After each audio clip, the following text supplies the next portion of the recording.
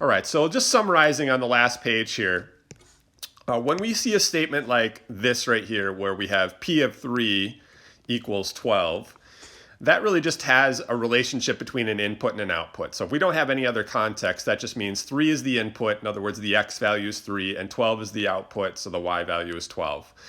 And so that's all it really tells us. Now, once we put it into the context of a situation, we have to interpret a little bit.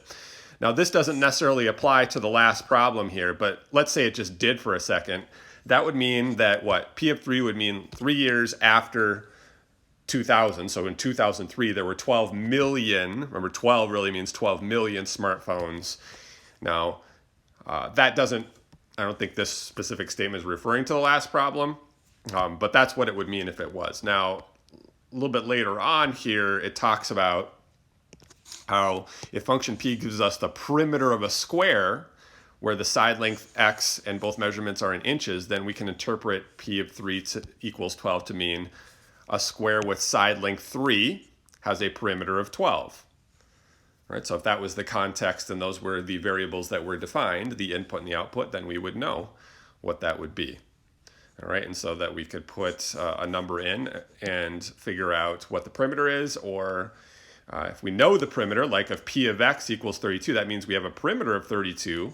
But what would that mean for a side length? So then we can, if we know how to calculate the perimeter of a square, because you remember a square just has 4 equal sides, we would know that the side length would have to be 8, because 8 times 4, 8 plus 8 plus 8 plus 8 would give you the perimeter of the square. So we know P of 8 equals 32 if we're talking about the perimeter of a square where the input is the side length.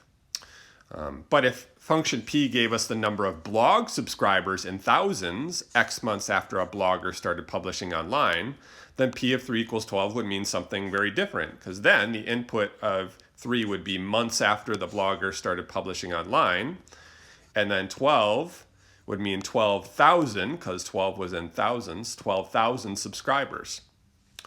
So it's important to pay attention to the units of measurement when analyzing a function.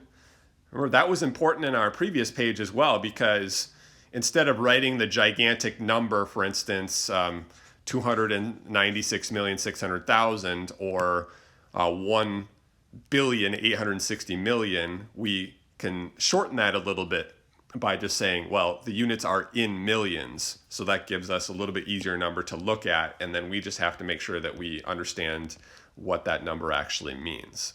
So it's important that you understand that so that you know, for instance, on the blogger situation, if you saw P of x equals 36 and you interpret that to mean just 36 blog subscribers after X months, when it's really 36,000 subscribers because the units are in thousands, right? Those would be very, very different interpretations, and one would be very incorrect.